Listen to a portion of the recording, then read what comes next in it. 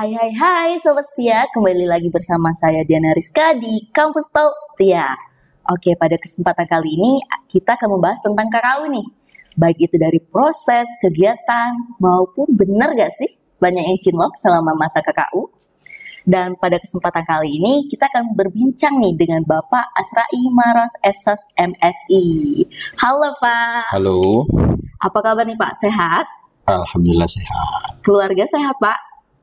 Insya Allah sehat semua. Insya Allah. Semoga sehat ya Pak ya. Amin. Oke, langsung saja nih Pak. Kita membahas tentang KKU nih Pak. Boleh. Kan setahu saya kan dulu kan namanya KKN ya Pak ya. Iya benar. Lalu bagaimana nih Pak? Kok bisa jadi KKU nih Pak? Oke. Untuk penyebutan KKU sebenarnya pada dasarnya kegiatan KKN dan KKU itu sama. Cuman perbedaannya hanya kepada penyebutannya saja.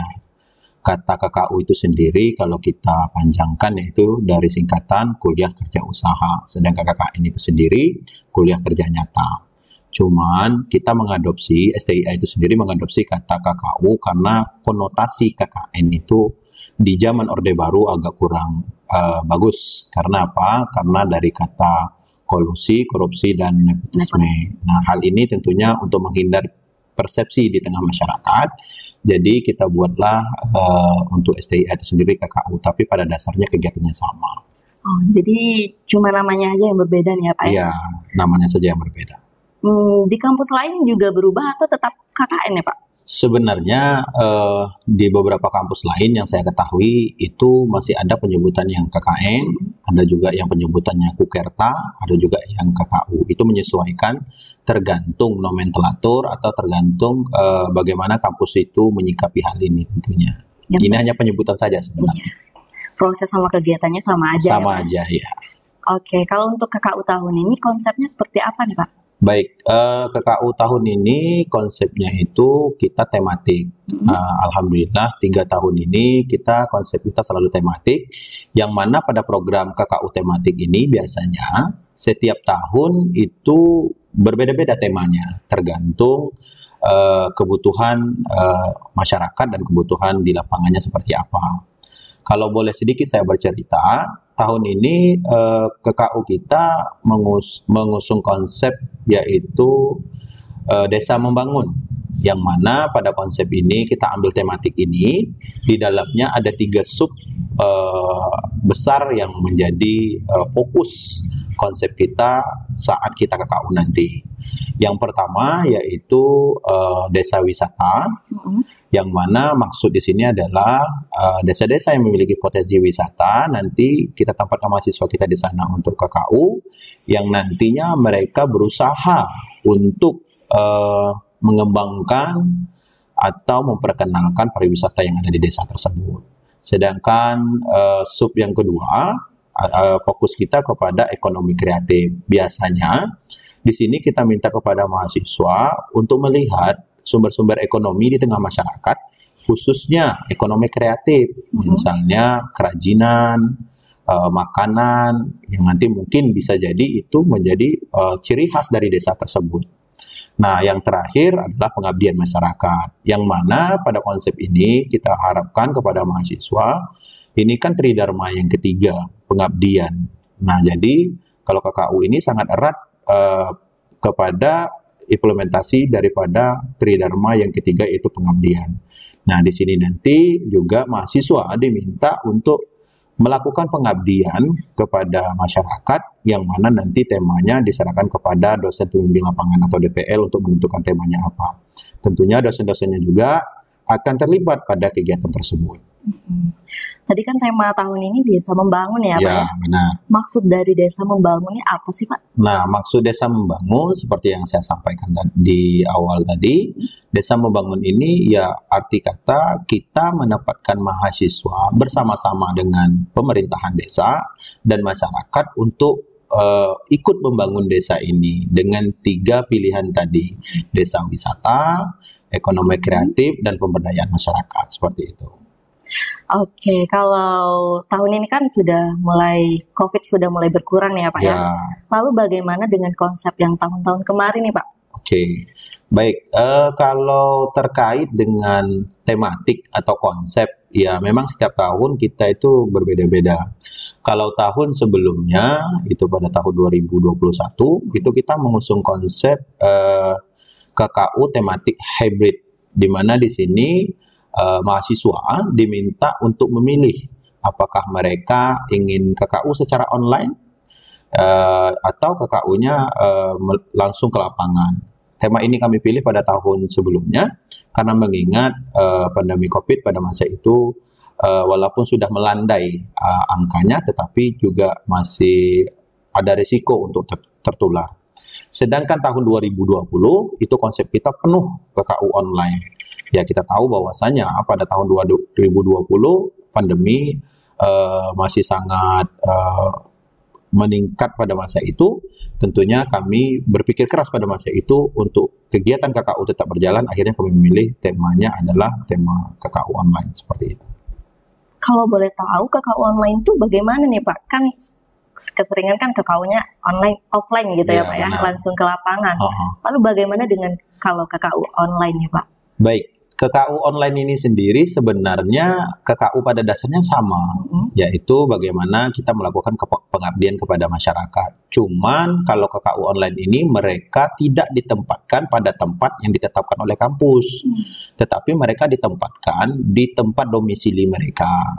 Misalnya mereka berdomisili di desa A misalnya, ya maka mereka beraktivitas pengabdian di sana. Ya terutama mereka diminta tahun-tahun sebelumnya itu untuk fokus membantu pemerintah desa khususnya untuk menangani COVID. Jadi penanganan COVID, penanggulangan COVID, ya mereka ikut membantu seperti itu. Oh, berarti yang online ini namun tentang pengabdiannya secara langsung ya Pak ya, tapi di tempat mereka sendiri. Oke, benar. Jadi perbedaannya hanya mereka tidak keluar dari desa atau domisili mereka. Mereka tetap mengabdi kepada masyarakat, tapi konsepnya tetap di rumah masing-masing atau tempat domisili masing-masing seperti itu. Kalau untuk tahun sekarang, di mana sih Pak lokasi KKU-nya? Baik, alhamdulillah kemarin kita sudah melakukan survei. Jadi kalau di kampus kita ini biasanya sebelum menempatkan mahasiswa, kita dari pihak panitia, khususnya LPPM, itu melakukan survei lokasi. Nah, alhamdulillah sudah ada 8 lokasi yang sudah kita kunjungi dan alhamdulillah ke-8-8-nya mau menerima mahasiswa kita untuk KKU tahun ini.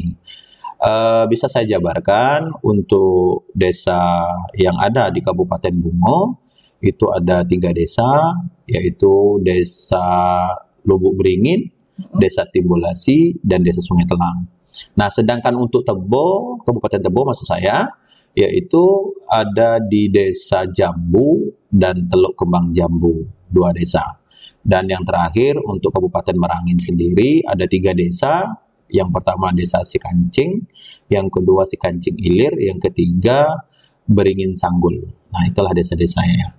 Oh, berarti KKU ini nggak hanya di kabupaten ya Pak ya? Bisa di luar kabupaten juga ya Pak ya? Ya, sebenarnya kalau KKU tidak ada batasan. Ya, tidak ada batasan, jadi tergantung kampusnya mau menempati mahasiswanya di mana saja seperti itu. Cuman kita tetap juga mempertimbangkan akses dari mahasiswa kita untuk bisa menjangkau daerah tersebut. Dan juga kita lihat juga kebutuhan dari kampus itu sendiri. Nah, kebetulan memang STIA ini boleh dikatakan hampir setiap tahun dia biasanya terdiri atas 3 kabupaten ini. Tapi kadang-kadang juga kita lihat kabupaten lain ya kalau memang itu berpotensi untuk kita letakkan mahasiswa kita di sana. Tadi kan ada tahap pensurveian ya Pak ya? Ya. Ada gak sih Pak kejadian yang Bapak ingat pada tahap pensurveian ini? Kan banyak nih ya Pak lokasi yang udah disurvei gitu. Oke. Baik, kalau saya pribadi sebenarnya kalau terkait kesan survei, saya nggak tahu ya. Tapi kalau pribadi saya itu saya sangat senang kalau saat terjun ke lapangan. Karena suasananya berbeda saja gitu. Karena kita kalau di kampus biasanya kita bekerja di belakang meja, kita bekerja formal. Tapi kalau kita di lapangan ya kita sedikit bekerja tapi berwisata. Nah, yang saya senangin di sini. Kita pun kalau survei itu ya apalagi temanya desa wisata ya. Yang kita kunjungi desa-desa yang memiliki potensi wisata. Ya contohnya wisata air, ya kesannya ya mandi di sungai yang masih jernih, yang tidak terjamah dengan seperti sungai-sungai yang lain, yang ekosistemnya sudah rusak. Dan menurut saya di situ sih kesan yang luar biasa. Belum lagi ya kalau kita satu tim nih kebetulan sudah solid betul, dan orang-orang lapangan juga ada Bu Nani di sini, ada Rian, staf kita, dan ada juga Romadi. Nah, kalau kita survei itu karena orang-orang ini sudah ya lama juga bekerja sama, ya asik saja, saya pikir kesannya luar biasa. Tempat mana nih Pak yang menjadi tempat wisata yang pernah Bapak datangin yang paling cantik, yang paling Bapak ingat gitu Pak? Kalau terkait dengan survei kita fokuskan saja di 8 tempat yang tadi ya, yang untuk khusus tahun ini. Kalau dibilang tempat favorit, ya itu banyak ya. Dari tahun-tahun sebelumnya, kebetulan saya sudah 3 tahun nih dipercaya untuk mensurvei tempat-tempat ini. Kalau tahun terakhir ini atau di tahun ini, saya pikir Desa Sekancing itu menurut saya luar biasa. Sekancing. Iya. Ini menarik menurut saya. Desa ini penuh sejarah dan saya pikir ini desa yang sangat potensial untuk tema kita, untuk kita kembangkan. Ya seperti diketahui, desa ini ternyata desa lahirnya seorang pemimpin besar di Provinsi Jambi, yaitu Pak Gubernur kita, yaitu Pak Al-Haris. Oh, seperti itu. Oke. Lanjut nih Pak. Ya. Ke syarat mengikuti KKU nih Pak. Apa aja sih Pak syaratnya? Oke, terkait syarat ini ada syarat umum, ada syarat khusus ya. Kalau syarat umumnya yang pertama tentunya mahasiswa sudah harus ya menyelesaikan 110 SKS, atau kalau kita samakan dengan semester maka sudah semester 6. Jadi semester 6 ke atas yang sudah menyelesaikan 110 SKS maka bisa mengikuti KKU. Itu yang syarat pertama. Syarat yang kedua terkait untuk KKU ini tentunya pelunasan tanggung jawab terkait dengan keuangan ya. Nanti ada pelunasan untuk biaya segala macam. Syarat yang berikutnya, kalau syarat khususnya, ya pertama mengisi formulir pendaftaran, itu membuat surat pernyataan, dan juga nanti di sana juga dilengkapi dengan pas foto tentunya, juga didampingi dengan surat keterangan sehat dari dokter atau dari rumah sakit umum atau puskesmas boleh, dan bukti KHS, kartu hasil studi untuk semester 5 karena semester 6 masih berjalan, dan juga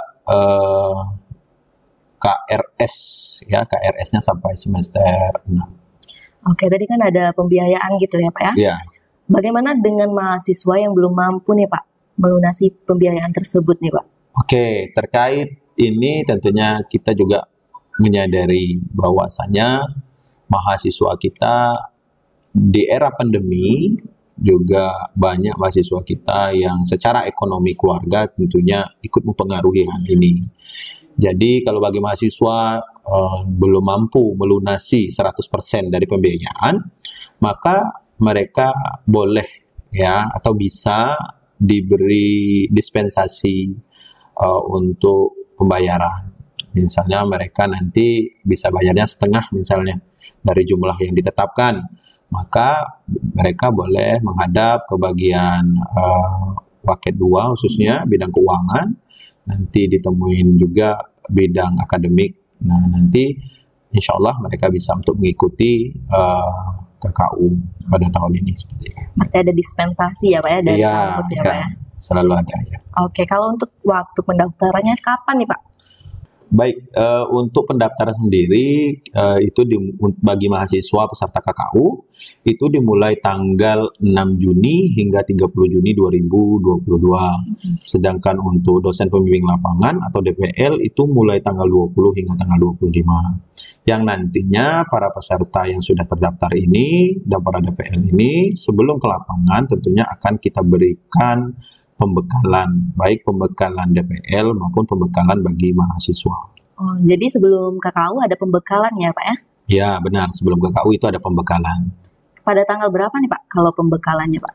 Oke, untuk pembekalan ini untuk dosen sendiri kita rencanakan itu pada tanggal 2 Juli, sedangkan untuk mahasiswa kita jadwalkan itu tanggal 5 Juli.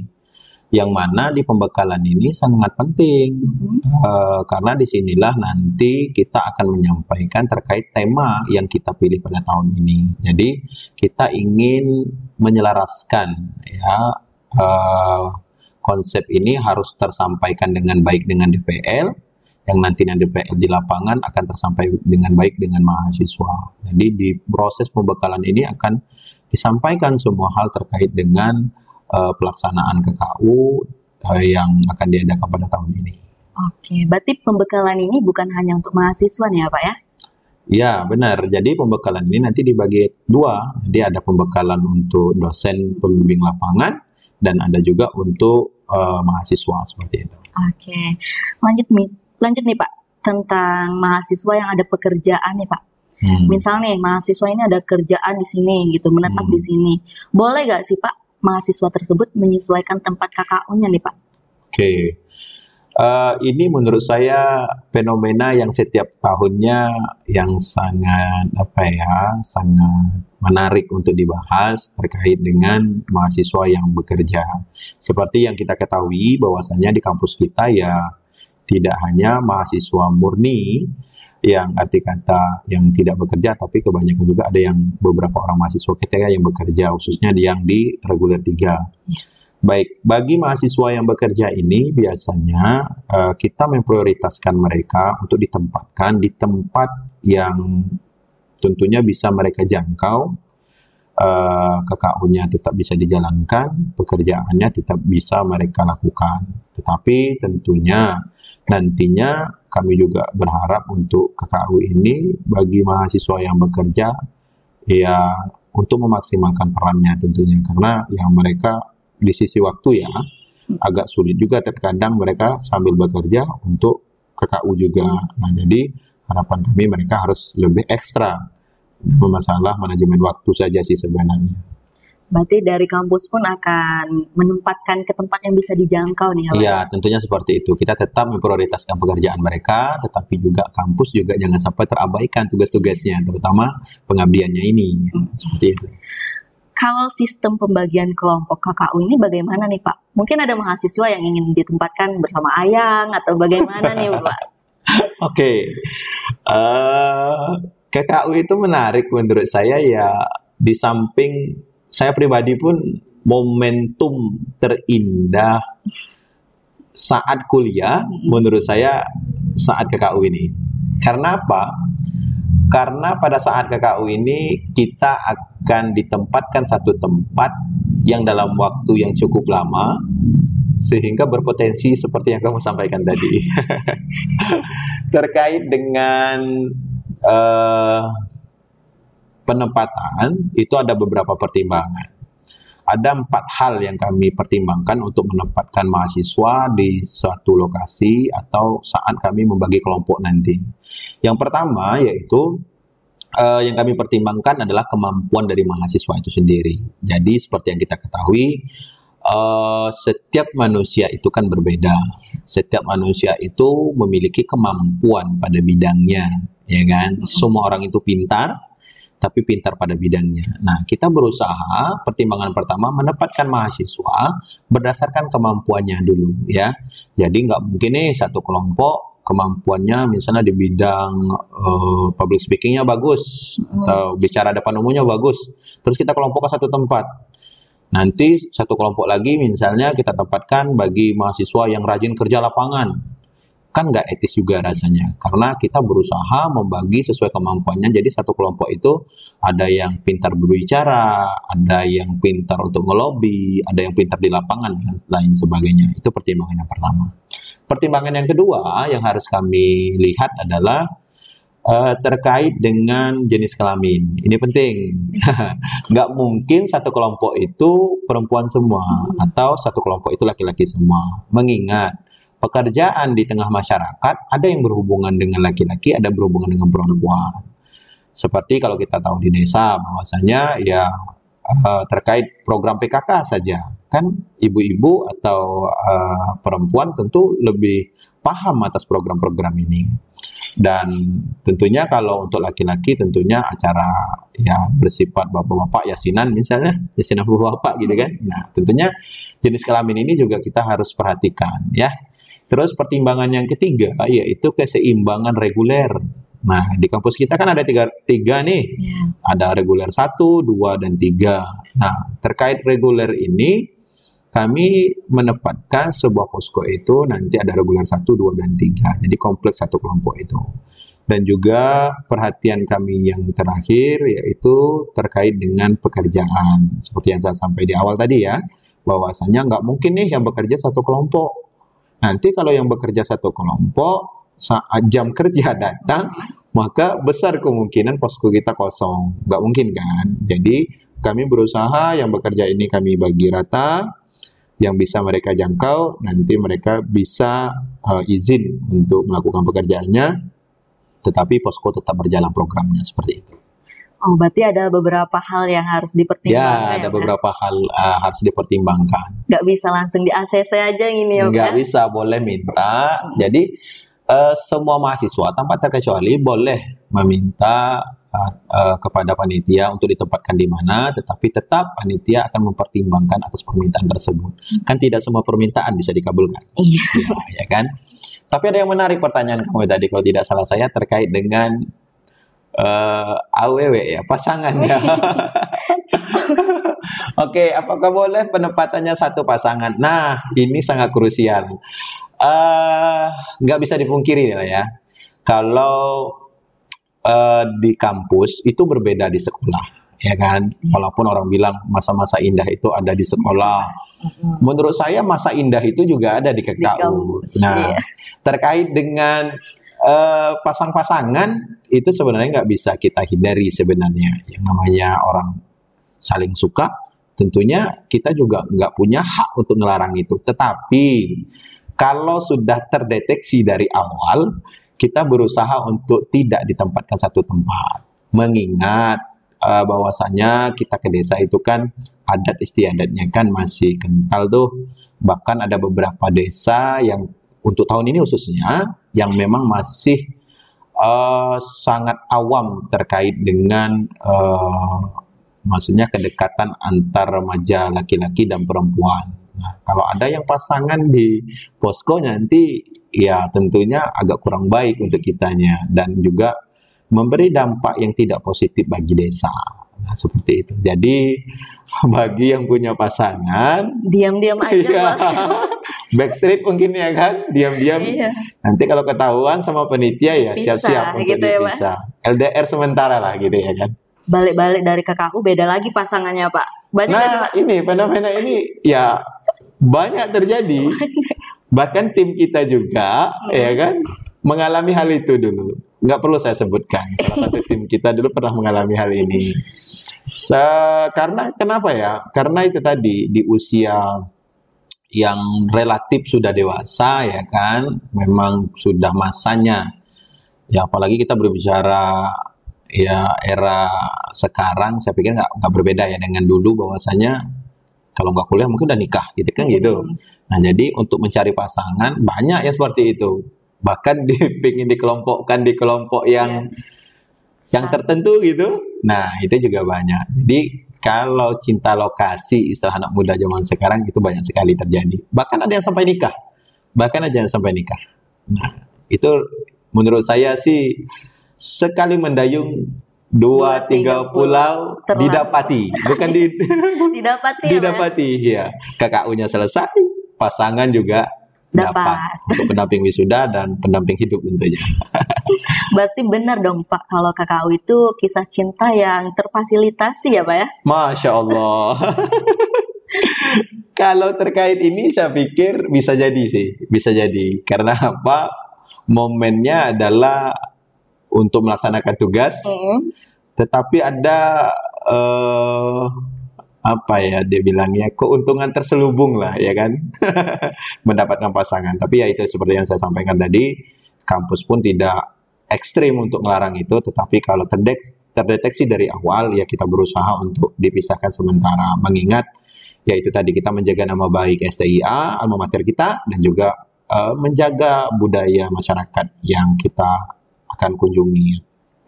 Kalau Bapak sendiri bagaimana nih Pak? Pas masa KKU-nya bagaimana nih? Pernah gak sih Pak cinlok gitu? Masya Allah. Moga istrinya gak nonton ya Pak. Oke, saya itu KKU tepatnya pada tahun 2013. Ya, belum sampai 10 tahun ya, 8 tahun lebih kurang, 8 atau 9 tahun. 2013 saya melaksanakan KKU, ya kalau dibilang momen yang paling indah, ya memang di KKU. Kalau dibilang suka, dibilang pernah dekat, tentunya pernah. Ya. Suka pernah. Ya, kita sebagai insan yang berpasang-pasangan tentunya pasti menyukai lawan jenis. Iya. Tapi kalau yang bahaya itu menyukai sesama jenis Nah, itu lebih bahaya. Itu dilarang oleh negara kita pun ngelarang. Ya, konstitusi kita ngelarang, agama pun ikut ngelarang. Dan ini nggak boleh. Jadi kalau ditanya pernah, ya pernah. Oke. Sangat indah ya Pak ya masa itu ya Pak ya. Luar biasa saya pikir, karena kita juga apa ya, kita berbeda saat kita ke lapangan itu membawa alma mater dengan tidak membawa alma mater itu sangat beda. Ada suatu misi tersendiri pertama. Yang kedua, ada rasa kebanggaan. Ada rasa kebanggaan, bukan untuk disombongkan ya, maksud saya di sini kebanggaan, bagaimana nih ilmu yang sudah saya dapat di meja perkuliahan untuk bisa saya aktualisasikan di lapangan. Nah, ini tentunya sangat, ya kita pun sangat termotivasi untuk terjun ke sana. Apalagi ya tahun ini itu tema kita desa membangun. Apalagi kalau dapat nanti di desa yang banyak wisatanya, tentunya ya, bagi anak muda khususnya yang asik ya, ya, sekalian healing gitu. Ya, sekalian healing ya, sekalian healing. Jadi ya menurut saya sangat menarik. Boleh nih Pak pesan buat teman-teman yang mau berangkat KKU nih Pak. Oke, nah terkait pesan, nah ini patut ingat nih, ya pesan yang pertama harus menjaga nama baik STIA, alma mater tentunya, yang mana tentunya sikap, sifat, ya, tingkah laku, perilaku itu harus dijaga betul. Yang kedua, yaitu terkait dengan misi pengabdiannya. Tolong misi pengabdiannya diaktualisasikan sesuai yang disarankan, terutama yang diarahkan oleh DPL tentunya nantinya. Yang ketiga, pesannya adalah terkait khususnya yang kerja ya. Yang kerja, Anda boleh fokus kepada pekerjaan Anda, tetapi jangan lupa tanggung jawab Anda kepada kampus alma mater Anda. Karena pada saat ini juga Anda bisa mengaktualisasi diri Anda, ya, ilmu-ilmu yang Anda dapat di tempat pekerjaan bisa diaktualisasikan kepada masyarakat juga. Terus yang berikutnya, pesan saya adalah hati-hati. Nah, ini juga penting ini. Hati-hati maksud di sini adalah hati-hati dalam tentunya nanti keberangkatannya, kepulangannya, dan juga hati-hati menjaga hati. Karena seperti yang disampaikan host tadi, bahwasanya banyak sekali yang cinlok, jatuh cinta teman seposko. Nah, jangan sampai Anda terciduk ya. Itu pesan saya. Terima kasih.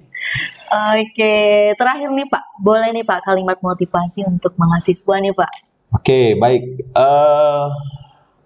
Kalimat motivasi ya. Ada sebuah motivasi. Oke. Hidup itu adalah pilihan dan ketetapan. Pilihan itu ada di tangan kita, sedangkan ketetapan itu pemilik yang kuasa atau yang maha kuasa. Jadi hidup itu adalah pilihan dan ketetapan. Dengan pengetahuan dan kemampuan, maka pilihan hidup Anda akan lebih mudah dan ketetapan Anda akan lebih indah. Bukankah kita ketahui bahwasanya khususnya beragama Islam bahwasanya Tuhan tidak akan merubah nasib seseorang kecuali seseorang tersebut yang ingin merubah nasibnya. Jadi pilihan ada di tangan kita, tapi ketetapan itu milik Tuhan. Jadi persiapkan diri kita dengan baik, bekali dengan kemampuan, bekali dengan pengetahuan, maka pilihan hidup kita akan lebih mudah, maka masa depan kita akan lebih indah. Itu. Terima kasih Pak karena sudah mau hadir di Kampus Talk Setia ini ya Pak ya. Ya, sama-sama. Sekali lagi terima kasih nih Pak. Iya. Oke, mungkin cukup sekian nih video kita pada kali ini. Semoga bisa bermanfaat bagi teman-teman, terutama yang mau berangkat KKU nih. Dan selalu ingat ya pesan-pesan dari beliau tadi, karena itu akan bermanfaat nih bagi teman-teman yang mau berangkat KKU. Mungkin cukup sekian video kita pada kali ini. Saya Diana Rizka, bye-bye.